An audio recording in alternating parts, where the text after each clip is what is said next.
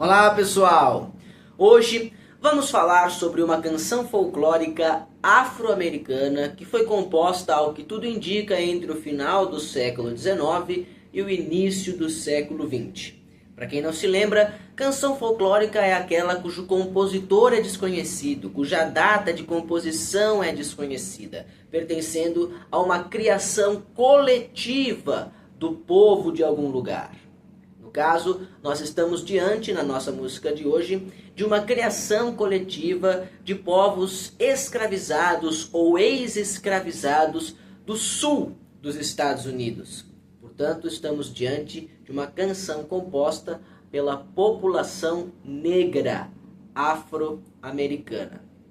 Nossa música de hoje remete aos antigos spirituals, ou em português, espirituais, que eram canções entoadas por essas populações escravizadas durante as suas árduas rotinas de trabalho para aliviar um pouco o sofrimento que eles sentiam, e também continham escondidas em suas letras mensagens de protesto.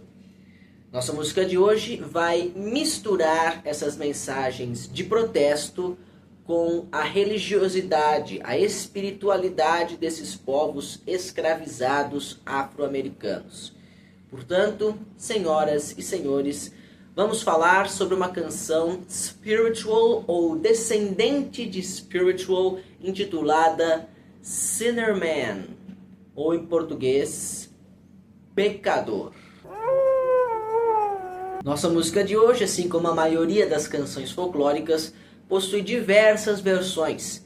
Isso acontece provavelmente porque a letra da música, e às vezes até a própria melodia, acaba sendo modificada ao longo do tempo, com a passagem da música de geração em geração, ainda dentro da comunidade que permitiu a sua criação coletiva. E essas modificações também fazem parte do processo de criação coletiva, como vocês podem deduzir. Mas no geral, a história da nossa música de hoje, a história contada por ela, é sempre a mesma. Estamos diante de um homem, um pecador, que no dia do juízo final percebe-se diante de seus inúmeros pecados e resolve se esconder para fugir da fúria divina.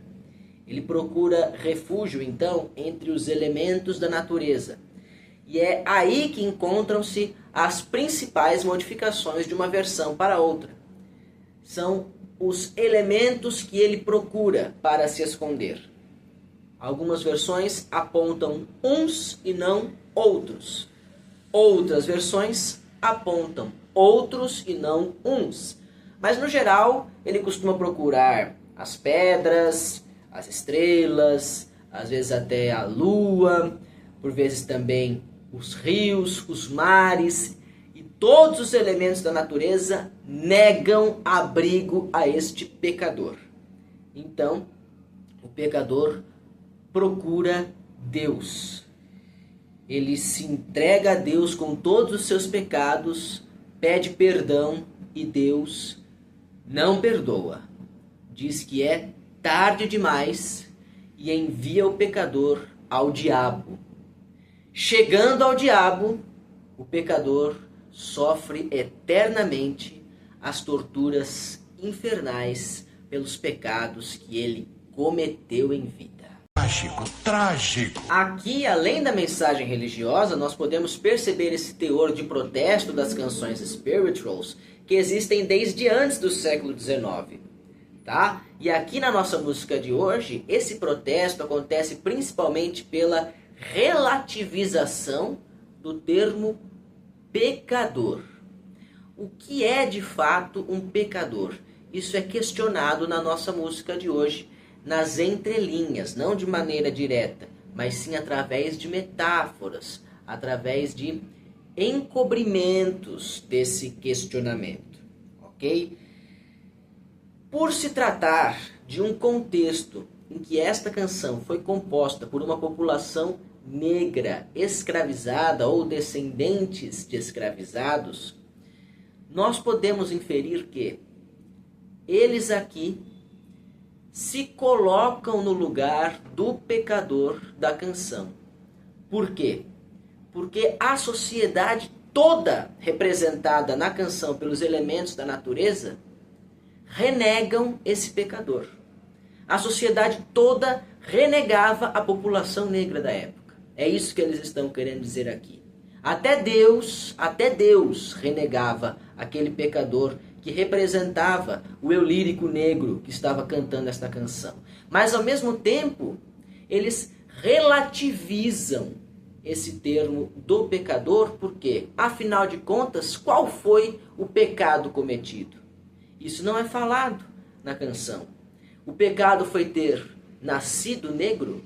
O pecado foi ter tido outra religião? Tido outra epistemologia? Outra cosmologia? Outra visão de mundo? Qual é o pecado deste pecador a quem tudo foi negado? É esta a crítica, é este o protesto que faz a nossa música de hoje de maneira muito velada, de maneira muito inteligente, muito cirúrgica e ao mesmo tempo muito triste, muito dura. O racismo é crime no Brasil. Mas apesar de tudo isso, a primeira gravação da nossa música de hoje aconteceu na interpretação de dois músicos brancos. Esta gravação data do ano de 1952 e estes dois músicos brancos eram William Clawson, responsável pelos vocais, e John Gregory, responsável pelo acompanhamento no violão. E esse fenômeno que eu acabo de relatar para vocês era muito comum.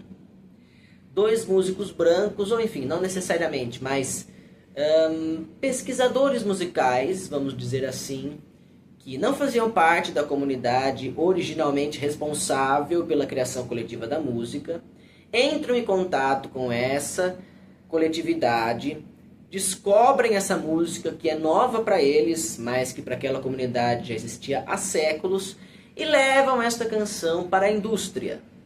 Foi isso que aconteceu no caso aqui com William Clawson e John Gregory nessa gravação de 1952, que eu vou deixar aí embaixo na descrição do vídeo para vocês, e que não fez sucesso nenhum.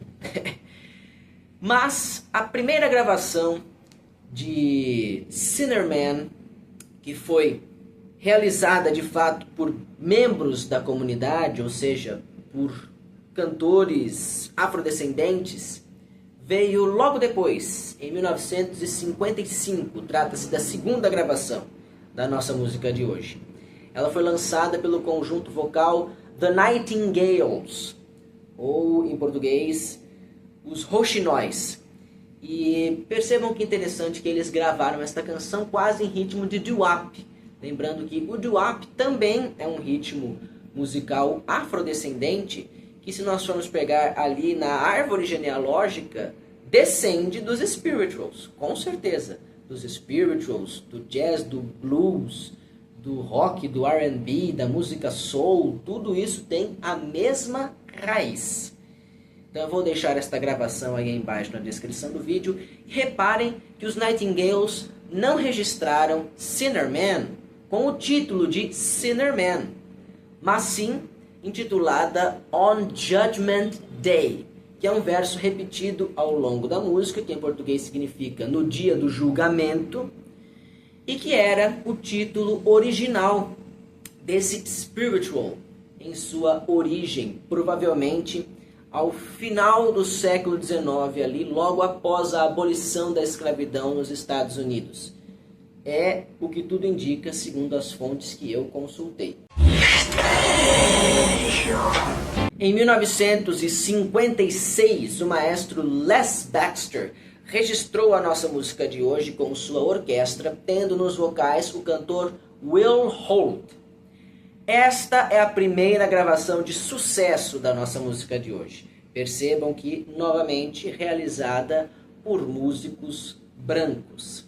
Infelizmente, estamos aí diante de um caso de apropriação cultural, que não durou muito tempo, é verdade. Logo esta versão seria desbancada por outra de maior sucesso, mas permaneceu praticamente uma década sendo aí a gravação mais representativa, mais lembrada da nossa música de hoje. E detalhe, o Les Baxter lançou esta canção como sendo uma composição dele. ele recebia os direitos autorais não só da interpretação da música, mas também da sua composição, sendo que ele não é o compositor, ninguém sabe quem é o compositor. É o que eu estava falando para vocês aqui. Trata-se de um compositor coletivo, comunitário, né? Não uma pessoa só, não um músico branco, como é o caso do Les Baxter. Mas, ao longo do tempo, isso foi sendo resolvido. Les Baxter perdeu os direitos autorais da composição da música e passou a receber apenas os direitos autorais da interpretação que ele gravou e que aí sim é devido, ok? Mas como eu disse para vocês, esta nossa música de hoje permaneceria por menos de uma década, tendo a interpretação de Les Baxter e sua orquestra como a sua versão oficial, digamos assim, a sua versão mais famosa.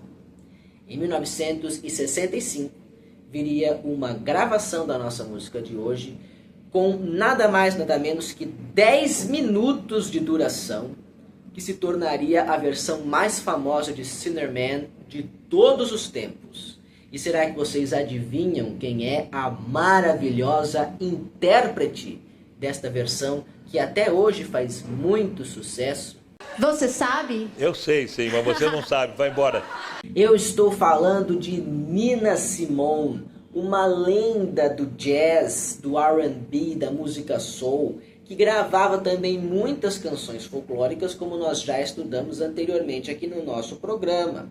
É o caso de Sea Lion Woman, Black is the Color of My True Love's Hair, Wild is the Wind, da qual nós não falamos ainda, mas vamos falar, e é o caso também da nossa música de hoje, Sinner Man. Finalmente, por obra do destino, foi uma mulher negra a responsável pela gravação de maior sucesso da nossa música de hoje, que se perpetua até os dias atuais. Realmente, quando se pensa nessa música, se pensa nessa interpretação magistral de Nina Simone, que eu vou deixar aí embaixo na descrição do vídeo para vocês conferirem. Como eu disse, trata-se de uma interpretação de mais de 10 minutos de duração, em que Nina Simone dá show com sua voz, com seu piano, e muito bem acompanhada por uma excelente orquestra. Relatos de Nina Simone dizem que ela cantava esta música na igreja de sua cidade, quando ainda era muito jovem, adolescente. Ela cantava e tocava piano na igreja, e uma das músicas que ela mais gostava era essa, que ela de fato sentia uma energia que vinha de dentro, assim. Ela falava que quando ela tocava essa música, ela vibrava e a igreja toda dançando e cantando junto e louvando. Para ela era uma coisa realmente especial, que a fez gravar esta canção no ano de 1965 com tanta energia quanto. Percebam que se trata de uma interpretação muito potente, muito poderosa de Nina Simone, que desbancou todas as outras e que até hoje é a mais lembrada. Eu digo isto porque, como prova do que eu digo, nós podemos apontar a utilização da gravação de Nina Simone em obras audiovisuais, como filmes e séries. Eu conheci essa nossa música de hoje através de uma série da Netflix que eu assistia com a minha mãe, chamada Lucifer, que na verdade nós não acabamos de assistir, mas que contém esta canção em um dos episódios, na versão da Nina Simone. E esta obra não é a única. Não diga! Digo! Que coisa! Uma das fontes que eu consultei cita, ainda dentro da televisão norte-americana, séries como Homicide, Life on the Street, The Blacklist, Person of Interest, Scrubs e Enter Courage, como séries que possuem Sinner Man na trilha sonora de um de seus episódios. Esta mesma fonte cita também séries do Reino Unido, da BBC, e filmes estadunidenses também, como The Thomas Crown Affair. Eu não vou deixar cenas de todas essas obras audiovisuais para vocês aí embaixo na descrição do vídeo, mas vou ver se eu encontro a cena da série Lucifer, que me fez conhecer a nossa música de hoje para colocar na descrição do vídeo para vocês, tá bom? E assim, minha gente, terminamos o nosso programa. Eu espero que vocês tenham gostado. Semana que vem tem mais sobre o ano de 1952, que na verdade, nossa música de hoje não tem uma data específica de composição, né? Mas como a primeira gravação foi de 1952, estou trazendo ela aqui hoje para vocês então, né? E aí semana que vem voltamos com o ano de 52 propriamente dito. Vejo vocês lá, não se esqueçam de curtir o vídeo, comentar, compartilhar com seus amigos, com seus inimigos, inscrever-se no canal e até semana que vem. Um abraço no coração, beijos na alma e lembranças do Emílio.